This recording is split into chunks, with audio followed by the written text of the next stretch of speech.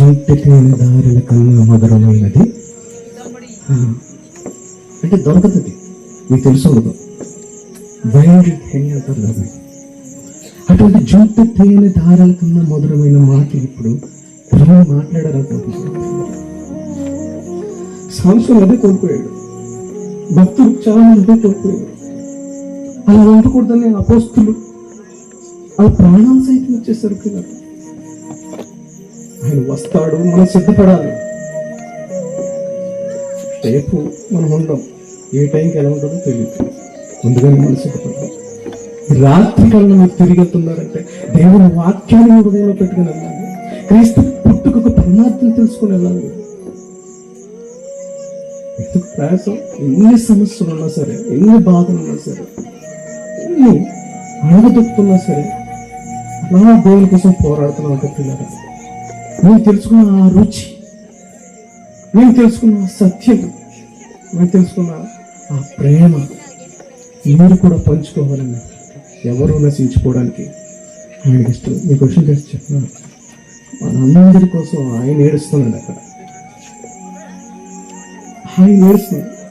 మనం ఏడవకూడదని ఆయన ఏడుస్తూ బాధపడుతూ, అసలు స్వస్థత అంటే, పరిశుద్ధత అంటే, పాపం లేకుండా ఎలా బ్రతకాలంటే నేనే వెళ్ళాలి భూమి, ఇంకెవరు వద్దు, నేనే వెళ్ళాలి భూమి.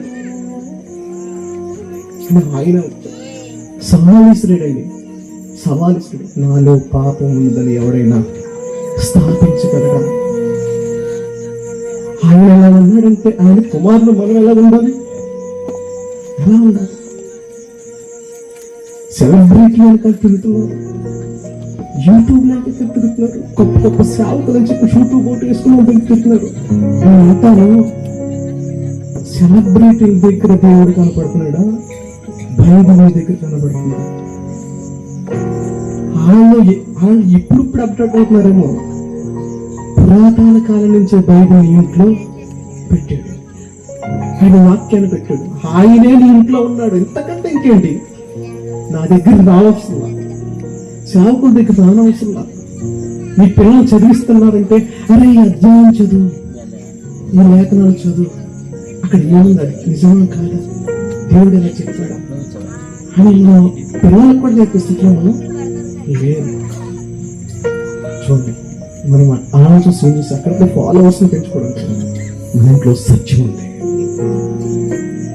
మన ఊరిలో సత్యం ఉంది.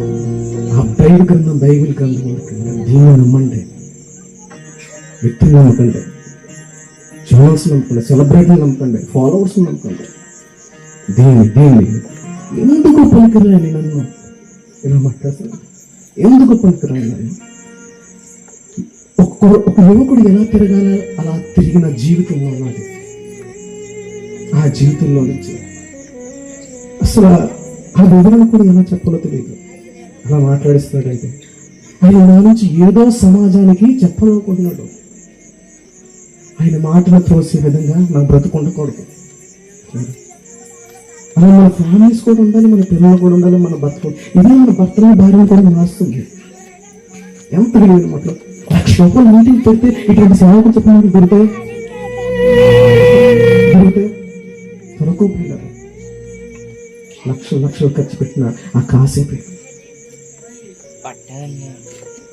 ఈ విలువైన మాట హృదయంలో ఉంచుకొని మన కుటుంబాన్ని సరిదిద్దుకొని ప్రభువుని మన హృదయంలోకి, మన ఇంటిలోకి, మన భార్యలోకి, మన బిడ్డల్లోకి, మన భర్తను మార్చుకునే స్థితికి కూడా తీసుకొచ్చే విధంగా మనం మార్పు చెందాలి. అదే క్రిస్మస్.